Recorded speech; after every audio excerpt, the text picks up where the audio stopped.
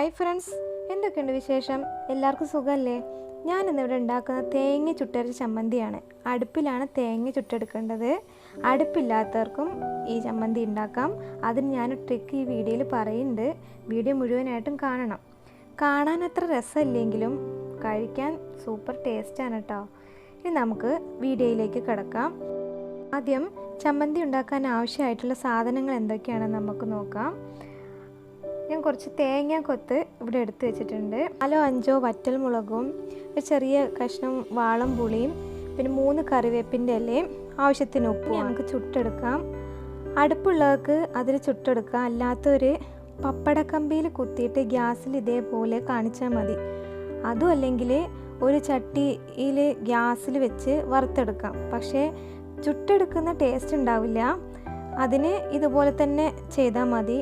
ചെറിയ തീയിൽ വേണം ചെയ്യാൻ, അല്ലെങ്കിൽ കരിയും. ഇനി നമുക്ക് വറ്റൽമുളകും ഇതേപോലെ ചുട്ടെടുക്കാം. ചെറിയ തീയിൽ തന്നെ ചുട്ടെടുക്കാം. അടുപ്പിൽ വെച്ച് ചുട്ടെടുക്കുന്ന അതേ രുചി തന്നെ ഇങ്ങനെ ചെയ്താൽ കിട്ടും. കരിഞ്ഞു പോകാതെ ചുട്ടെടുക്കണം.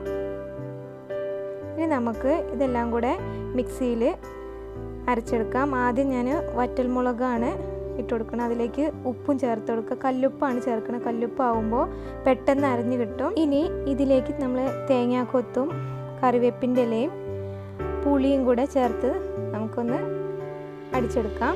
പുളി നോക്കിയിട്ട് ചേർത്താൽ മതി. പുളി കൂടി പോകരുത്, ചമ്മന്തി രസം ഉണ്ടാവില്ല. ഇതവിടെ എല്ലാം ഒന്ന് ക്രഷ് ചെയ്തെടുത്തിട്ടുണ്ട്. ഇനി ഇതിലേക്ക് കുറച്ച് വെള്ളവും കൂടെ ചേർത്ത് ഒന്ന് ക്രഷ് ചെയ്തിട്ടെടുക്കാം. ചമ്മന്തി റെഡി ആയിട്ടുണ്ട്. എളുപ്പമല്ലേ? തേങ്ങ ചുട്ടെടുക്കുന്ന സമയം മാത്രമേ കൂടുതലുള്ളൂ, പിന്നെ എളുപ്പമാണ്. ചമ്മന്തി ഞാനൊരു പാത്രത്തിലേക്ക് മാറ്റിയിട്ടുണ്ട്. ചോറിന് കറിയൊന്നും ഇല്ലെങ്കിൽ പെട്ടെന്ന് ഉണ്ടാക്കാവുന്ന ചമ്മന്തിയാണ്. നല്ല ചൂട് ചോറിൻ്റെ കൂടെയോ അതല്ലെങ്കിൽ കഞ്ഞിയുടെ കൂടെയോ നല്ല കോമ്പിനേഷനാണ്. എല്ലാവരും ഉണ്ടാക്കി നോക്കണം. പിന്നെ ഒരു കാര്യം പറയാൻ മറന്നു. എല്ലാവരും എൻ്റെ ചാനൽ സബ്സ്ക്രൈബ് ചെയ്യാനും ലൈക്ക് ചെയ്യാനും ഷെയർ ചെയ്യാനും മറക്കരുതേ. വീഡിയോ ഇഷ്ടപ്പെട്ടാൽ കമൻറ്റും ചെയ്യണേ. ഇനി മറ്റൊരു വീഡിയോ ആയിട്ട് കാണാം. Thanks for watching.